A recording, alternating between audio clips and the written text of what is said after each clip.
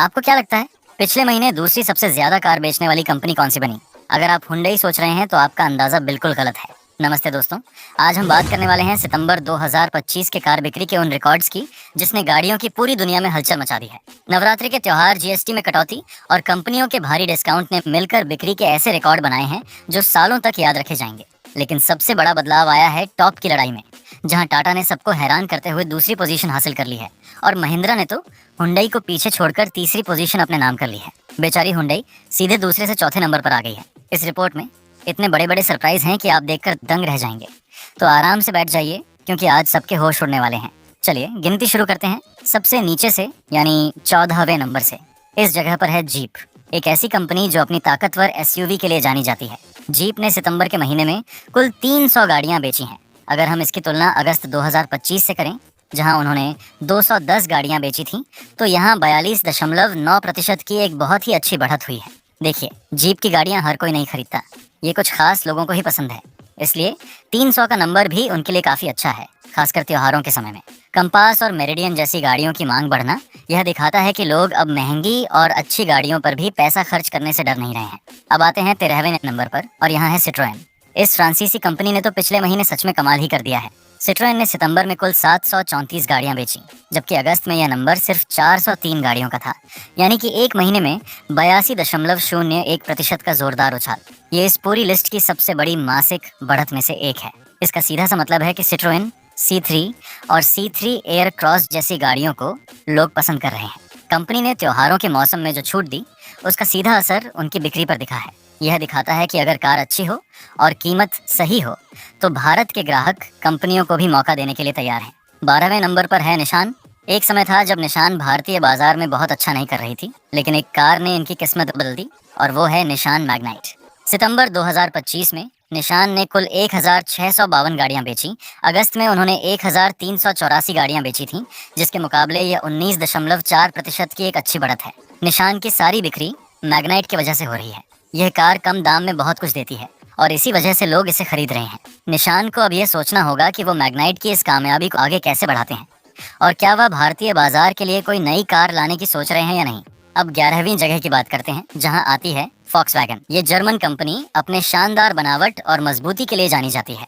सितंबर में फॉक्सवैगन ने 2780 गाड़ियों की बिक्री की है। अगस्त में यह नंबर 2719 था, यानी कि बहुत कम, लगभग 2.2% की बढ़त। टाइगून और विर्तुस जैसी गाड़ियों के दाम पर फॉक्सवैगन बाजार में टिकी हुई है। इनकी बिक्री स्थिर है, ना बहुत ज्यादा घट रही है, ना बहुत ज्यादा बढ़ रही है। इन्हें अपनी बिक्री को रफ्तार देने के लिए कुछ नया करना होगा, शायद कोई नया मॉडल या अभी वाले मॉडलों में कुछ बड़े बदलाव, क्योंकि भारतीय बाजार में टक्कर इतनी जोरदार है कि सिर्फ नाम के सहारे टिके रहना आसान नहीं है। 10वें नंबर पर है रेनो। निसान की तरह रेनो भी एक फ्रांसीसी कंपनी है और इसने भी सितंबर में बहुत ही शानदार काम किया है। रेनो ने कुल 4265 गाड़ियां बेची, जबकि अगस्त में उन्होंने सिर्फ 3015 गाड़ियां बेची थीं। यह सीधे सीधे 41.5% की एक बहुत बड़ी चालाकी है। रेनो की कामयाबी के पीछे क्विड, काइगर और ट्राइवर जैसी गाड़ियों का हाथ है, जो कम पैसे में लोगों को अच्छे फीचर और जगह देती हैं। खासकर गांव और छोटे शहरों के बाजारों में रेनो की पकड़ मजबूत है, और त्योहारों की छूट ने उनकी बिक्री को और भी बढ़ा दिया है। रेनो ने दिखा दिया है कि कम बजट के बाजार में भी बहुत मौके हैं। अब आते हैं 9वीं जगह पर, और यहाँ है होंडा। होंडा ने भी पिछले महीने एक लंबी छलांग लगाई है। इस शानदार काम का सारा क्रेडिट होंडा की नई एसयूवी एलिवेट को जाता है। एलिवेट के आने से होंडा के शोरूम में फिर से लोग आने लगे हैं। होंडा सिटी और अमेज तो अपनी जगह हैं ही, लेकिन एक दमदार एसयूवी की कमी उन्हें महसूस हो रही थी, जिसे एलिवेट ने पूरा कर दिया है। लोगों का एलिवेट के लिए प्यार देखकर लगता है कि आने वाले महीनों में होंडा की बिक्री और भी बढ़ेगी। 8वें नंबर पर है स्कोडा। फॉक्सवैगन ग्रुप की यह कंपनी भी अब मजबूत गाड़ियों के लिए जानी जाती है, और इसने भी सितंबर में बहुत अच्छा काम किया है। स्कोडा ने 6636 गाड़ियां बेची हैं। अगस्त में यह नंबर 4971 था, यानी 33.5% की शानदार बढ़त। कुशाक और स्लाविया, इन दो मॉडलों ने स्कोडा की किस्मत बदल दी है। यह दोनों गाड़ियां अपनी अपनी कैटेगरी में बहुत पसंद की जा रही हैं, और इनकी मजबूत बनावट, चलाने का शानदार अनुभव और अच्छे फीचर्स लोगों को अपनी ओर खींच रहे हैं। स्कोडा ने दिखा दिया है कि अगर आप भारत के लोगों को अच्छी क्वालिटी और सुरक्षा देंगे तो वो आपको निराश नहीं करेंगे। 7वीं जगह पर है एमजी, यानी मॉरिस गैरेज। इस ब्रिटिश ब्रांड ने भारतीय बाजार में अपनी एक अलग पहचान बना ली है। एमजी ने सितंबर में 6728 गाड़ियां बेची हैं, जो अगस्त के 6578 के नंबर से थोड़ी सी ज्यादा, यानी 2.3% की बढ़त है। एमजी की बिक्री भी काफी स्थिर है। हेक्टर, एस्टर, ग्लोस्टर और उनकी बिजली से चलने वाली गाड़ियां लगातार अच्छा कर रही हैं। एमजी की कामयाबी का राज है फीचर से भरी गाड़ियां। वो अपनी गाड़ियों में इतने फीचर्स दे देते हैं कि ग्राहक उनकी तरफ खींचा चला आता है। अब हम लिस्ट के उस हिस्से में आ गए हैं जहां नंबर बड़े होने लगते हैं और टक्कर और भी कड़ी हो जाती है। छठवें नंबर पर है किया, हुंडई की ही साथी। इस कंपनी ने बहुत कम समय में भारतीय बाजार पर अच्छी पकड़ बना ली है। किया ने सितंबर में 22,700 गाड़ियां बेची हैं। अगस्त में उन्होंने 19,608 गाड़ियां बेची थीं, यानी 15.8% की एक मजबूत बढ़त। सेल्टोस के नए मॉडल और कैरेंस के नए मॉडल ने किया की बिक्री में आग लगा दी है। नए जमाने के फीचर्स और अलग अलग तरह के इंजन के लिए जानी जाती है। किया ने दिखा दिया है कि अगर आप बाजार की पसंद को समझते हैं तो कामयाबी आपके कदम चूमती है। पांचवें नंबर पर है टोयोटा और यहाँ हमें पिछले महीने का पहला बड़ा झटका लगता है। टोयोटा, जो अपने भरोसे के लिए जानी जाती है, उसकी बिक्री में कमी आई है। सितंबर में टोयोटा ने 27,079 गाड़ियां बेची, जबकि अगस्त में यह नंबर 29,002 था, यानी 7.6% की कमी। ये काफी हैरानी की बात है, खासकर त्योहारों के महीने में। इनोवा, फॉर्च्यूनर और हाई राइडर जैसी गाड़ियों के होते हुए भी बिक्री का गिरना सोचने वाली बात है। इसके पीछे गाड़ियों में सप्लाई की दिक्कत हो सकती है, या फिर हो सकता है दूसरी कंपनियों के नए मॉडल टोयोटा के ग्राहकों को अपनी ओर खींच रहे हों। टोयोटा को इसमें गंभीरता से सोचना होगा। दोस्तों, वो समय आ गया है जिसका आप सब इंतजार कर रहे थे। टॉप 4 की लड़ाई में, जहां पिछले महीने सबसे बड़ा भूचाल आया है। जो हिसाब किताब इतने सालों से बना हुआ था, वह अब टूट चुका है। तो चौथे नंबर पर कौन है? चौथे नंबर पर है हुंडई। जी हाँ, आपने सही सुना। भारत की दूसरी सबसे बड़ी कार कंपनी रही हुंडई अब खिसक कर चौथे नंबर पर आ गई है। यह भारतीय कार बाजार के इतिहास के सबसे बड़े बदलावों में से एक है। हुंडई ने सितंबर में 51,547 गाड़ियां बेची।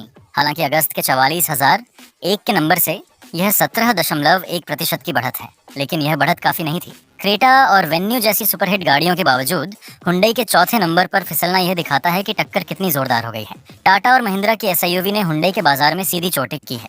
हुंडई के लिए यह एक खतरे की घंटी है और उन्हें अपनी प्लानिंग पर फिर से सोचना ही होगा। तो अगर हुंडई चौथे पर है तो तीसरे पर कौन है? तीसरी जगह पर कब्जा किया है महिंद्रा। महिंद्रा ने अपनी दमदार और सुरक्षित एसयूवी के लिए मशहूर इस भारतीय कंपनी ने शानदार काम करते हुए तीसरी जगह हासिल की है। महिंद्रा ने सितंबर में 56,233 गाड़ियां बेची।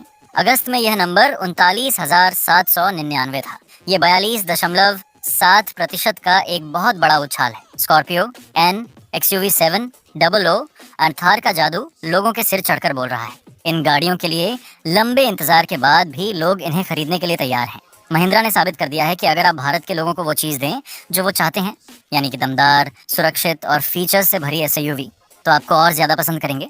महिंद्रा ने हुंडई को पीछे छोड़कर यह दिखा दिया है कि अब वो रुकने वाले नहीं हैं। अब सवाल यह है कि अगर महिंद्रा तीसरे पर है तो दूसरे नंबर का ताज किसके सिर सजा है? तो दोस्तों, दूसरे नंबर पर है टाटा मोटर्स। यह भारतीय कार बाजार के लिए एक यादगार पल है। टाटा मोटर्स ने न सिर्फ महिंद्रा क्यों बल्कि हुंडई को भी पीछे छोड़ते हुए भारत की दूसरी सबसे बड़ी कार बनाने वाली कंपनी का खिताब अपने नाम कर लिया है। यह 45.5% की ऐसी बढ़त है जिस पर यकीन करना मुश्किल है। टाटा की कामयाबी के पीछे उनकी नई और सुरक्षित गाड़ियों की पूरी लाइन है। पंच, नेक्सॉन, हैरियर, सफारी, इन सभी गाड़ियों ने अपनी अपनी कैटेगरी में धूम मचा रखी है। खासकर नेक्सॉन और पंच की बिक्री आसमान छू रही है। इसके अलावा बिजली वाली गाड़ियों के बाजार पर तो टाटा का पूरी तरह से कब्जा है।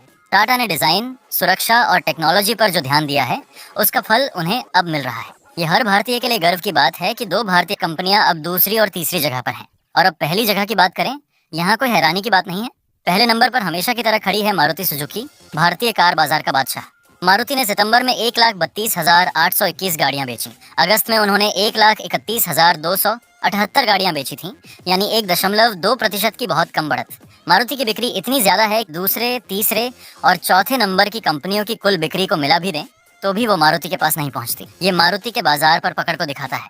वैगनार, स्विफ्ट, बलेनो, ब्रेजा, हर तरह की गाड़ियों में उनकी कोई ना कोई कार सबसे ज्यादा बिकती है। उनका बहुत बड़ा सर्विस का जाल और देखभाल का कम खर्च उन्हें आम आदमी की पहली पसंद बनता है। हालांकि उनकी बढ़त की रफ्तार कम हुई है, जो यह इशारा करता है कि टाटा और महिंद्रा जैसी कंपनियां अब उन्हें कड़ी टक्कर दे रही हैं। तो दोस्तों, यह थी भारतीय कार बाजार की पूरी कहानी। कुल मिलाकर 2,45,000